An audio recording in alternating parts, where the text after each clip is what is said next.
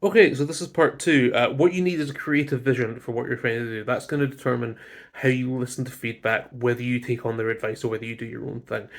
So the example I'm going to give here is that a little while ago I got published in a little short story anthology thing.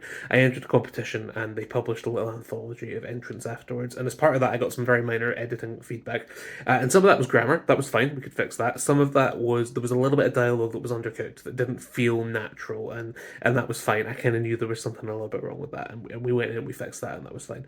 But then the other bit was a bit more complicated. So this was a short story. It was meant to be a museum themed short story, and I thought it would be really fun to talk about like memory and history. And so I had this idea of like people who could play back memories, and so they got this little thing, and it was like a little fortune cookie with a little bit of paper inside it. And when they opened it up and broke it and held this bit of paper, they could be in the memory and they could see this memory of this other person in history. And if they like ran their fingers back and forth a bit of paper, they could play the memory forward and backwards. Kind of like the YouTube like play strip. That was the idea.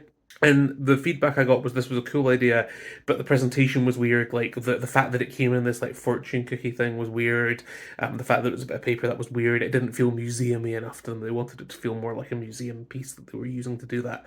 And I didn't agree. I thought it was really important that it felt a bit out of place and a bit alien. I thought it implied that there was something sort of strange going on. Also, it's just how I pictured it when I did it, and I wanted to preserve some of that authentic kind of image of what I thought this would look like when I was coming up with the idea. But yeah, there were thematic reasons for it to be the way that it was. That this was meant to feel a bit unnatural and a bit alien, and the thing was meant to feel fragile and like a one-time use sort of thing. And so we fed that back, and I said, "Oh, this is why I want to do it this way. I think it matters that it's this way." And they were like, "That's fine," and we put it out the way that it was. So you need to have some idea of like what it is you're trying to do, and that's going to help you to determine how you take on the feedback and what you do with it.